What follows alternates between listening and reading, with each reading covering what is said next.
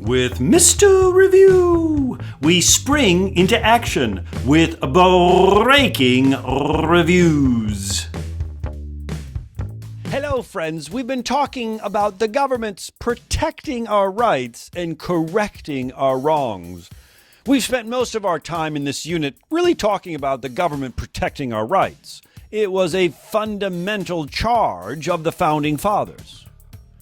Now let's move and transition into correcting wrongs. Clearly, in the Declaration of Independence, we remember those lines by T.J.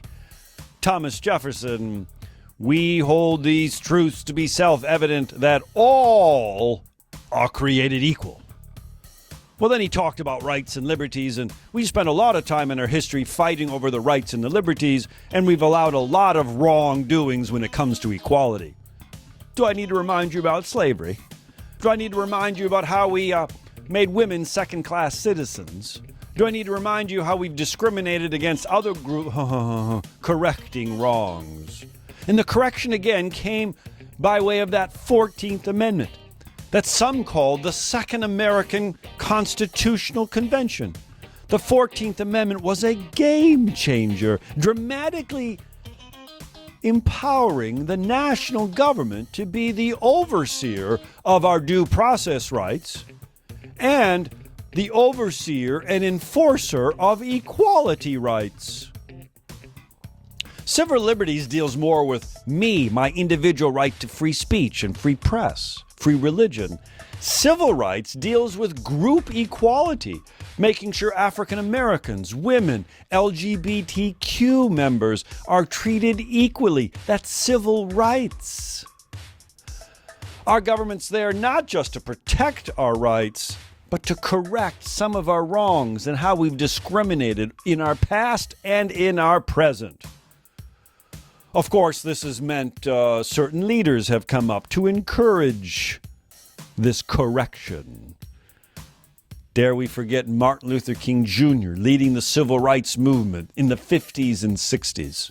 Don't forget about that seminal document that he wrote, Letter from a Birmingham Jail, where Dr. Martin Luther King Jr. inspired us all to this day to remember the importance of civil disobedience, albeit done peacefully. When we see a law that is unjust, when it was just, this is a terrible law, it is on our conscience to stand up against that law. Injustice anywhere is therefore injustice everywhere. Oh, yes. Letter from a Birmingham jail. Dr. Martin Luther King standing up for equality. The value of social movements in our history. Remember, we the people. Democracy is a verb. If our government is to protect our liberties, we must be ready to stand up to correct the wrongs, those infringements upon our equality. This is a job worth doing, and it's a task not yet finished.